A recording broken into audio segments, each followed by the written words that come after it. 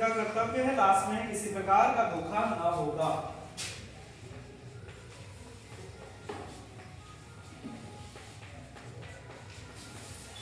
इसकी व्याख्या के बारे में देखते हैं और ये देखते हैं कि इसमें क्या क्या चीजें इंपॉर्टेंट है।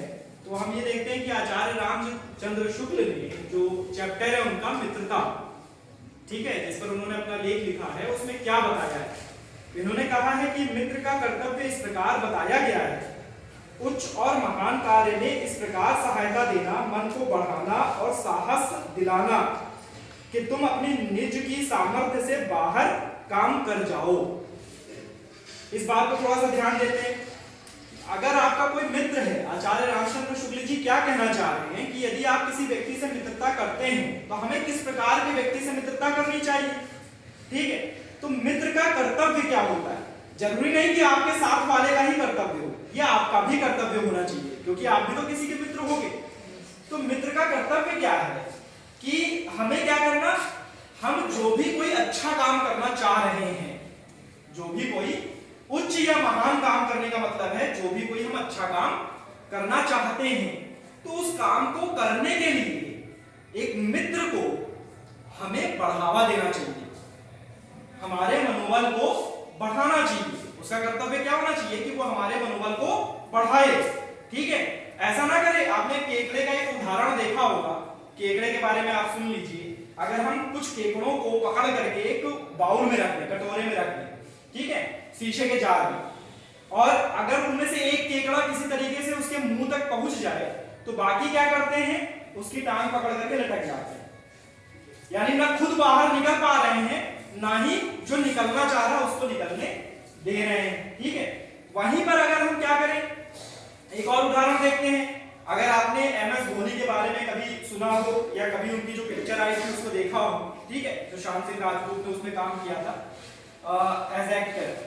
MS धोनी जो है क्रिकेटर बनना चाह रहे थे, क्रिकेट की फील्ड में जाना चाह रहे थे, ठीक है, इंडियन टीम से खेलना चाहते थे। इसके लिए उनके फ्रेंड्स ने उनको बहुत सपोर्ट किया, ठीक। जब उनका जो है ऑडिशन होना था, इसके लिए सिलेक्शन जब होना था, तो उसके लिए टीम आई थी, सिलेक्शन टीम आई थी, और उनका जब मैच फिक्स हो चुका था कि मतलब फला मैच उनको खेलना है, इसकी जानकारी उनको बहुत लेट में मिलती है।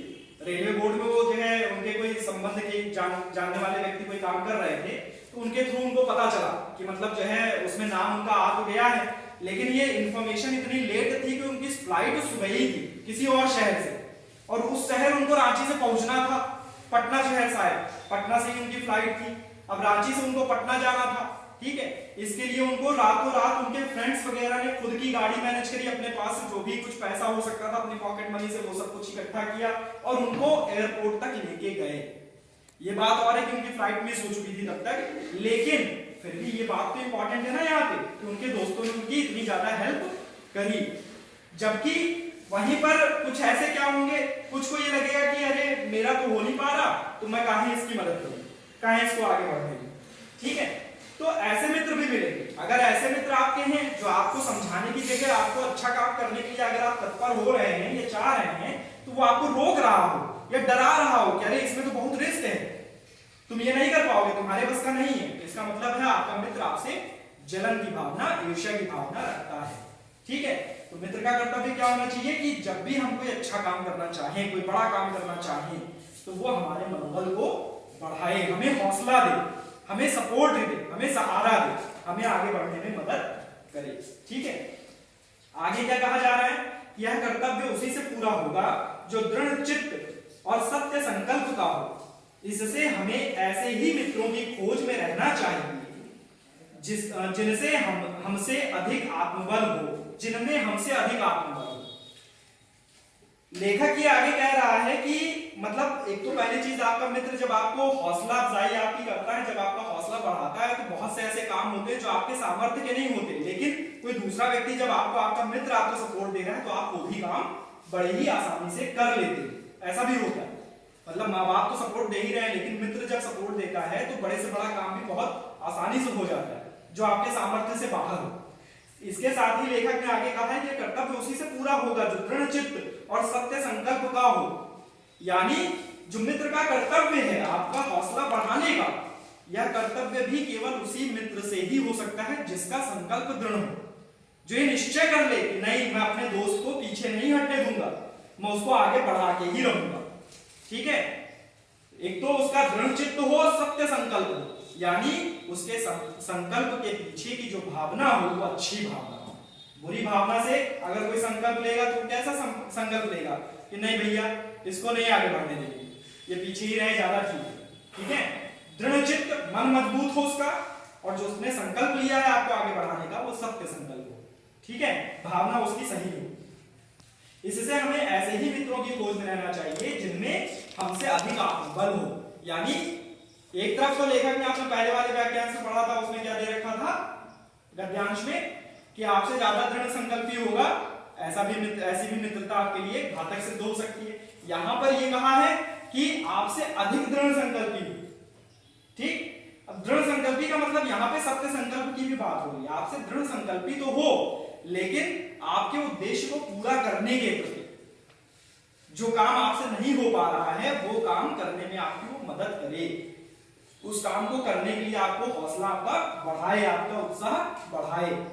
ऐसे में उसका दृढ़ संकल्प आपसे अधिक होना चाहिए। ठीक है, आत्मबल उसका अधिक होना चाहिए। हमें उनका पल्ला उसी तरह पकड़ना चाहिए जिस तरह सुग्रीव ने राम का पल्ला पकड़ा था। बहुत ही अच्छा इन्होंने उदाहरण दिया।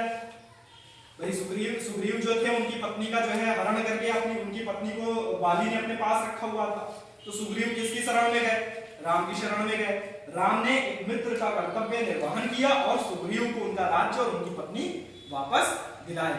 राम के अंदर आत्मबल अधिक था, दोनों एक ही पीड़ा से गुजर रहे थे। सुग्रीव की पत्नी को बाली ने अपने पास बलपूर्वक रखा था, राम की पत्नी का हरण किसने किया था? रावण ने किया था। तो दोनों की पीड़ा एक जैसी थी। सुग्रीव के अंदर इतना आत्मबल नहीं था कि वो अपनी पत्नी को बाली से लड़ करके वापस ले सके, अपना राज्य ले सके, लेकिन राम के अंदर वो आत्मबल था। तो उसी आत्मबल के बेस पर उन्होंने अपनी पत्नी तो रावण से वापस ली ही ली, साथ ही सुग्रीव का राज्य भी दिलाया और सुग्रीव की पत्नी भी उनको दिलाई। तो इस तरह से जो दृढ़ संकल्प भी है, जो आत्मबल भी है, वो भी एक सकारात्मक होना चाहिए। ठीक है, मित्र हो तो प्रतिष्ठित और शुद्ध हृदय के हो, मृदुल और पुरुषार्थी हो, शिष्ट और सत्यनिष्ठ हो। यानी मित्रों के अंदर कौन कौन से गुण होने चाहिए कि वो प्रतिष्ठित हो, उनका चरित्र अच्छा होना चाहिए। ठीक है, चरित्रवान होने चाहिए। ऐसा नहीं कि वो जो है कुछ उल्टी सीधी हरकतें कर रहे हैं, उनका चरित्र अच्छा होना चाहिए, चरित्रवान होने चाहिए, शुद्ध हृदय के हो, उनका मन साफ होना चाहिए, उनके मन में कोई द्वेष, कोई ईर्ष्या नहीं होनी चाहिए। मृदुल और पुरुषार्थी हो, पुरुषार्थ करने वाले हो, कर्म करने वाले हो। अब आलस्य को देखने वाले ना हो कि आलसी हैं, बिल्कुल ना खुद कर रहे हैं ना आपको करने दे रहे हैं। ठीक है, पुरुषार्थी होने चाहिए। पुरुषार्थ कौन करता है? जो अपना कर्म समय पर करता चला जाए।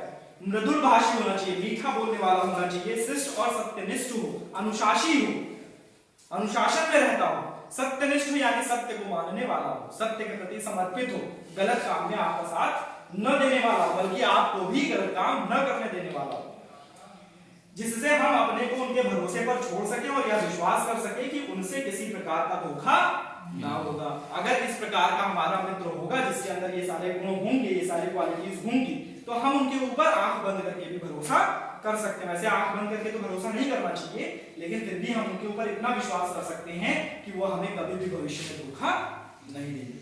ये आपका दूसरा गद्यांश हो गया। ठीक है, इसकी व्याख्या हो गई, इस पर जो आधारित प्रश्न उत्तर हैं इसको आप अपने आप खोज करके करें। ठीक है, बाकी